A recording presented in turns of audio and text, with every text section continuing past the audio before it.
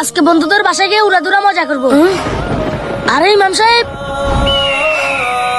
এই কোথায় যাচ্ছিস? না না নামাজ পড়তে যাচ্ছি। আরে নামাজ পড়তে যাচ্ছিস মানে? তুই কি জানোস না গ্রামে 3 দিনের জন্য নামাজ মাফ? মাফ হয়ে গেছে? হ্যাঁ, ব্যাটার বল নিয়ে ক্রিকেট খেলমু। নিয়ে আসতেছি। ইয়েস, এই যা শুভ বল কর।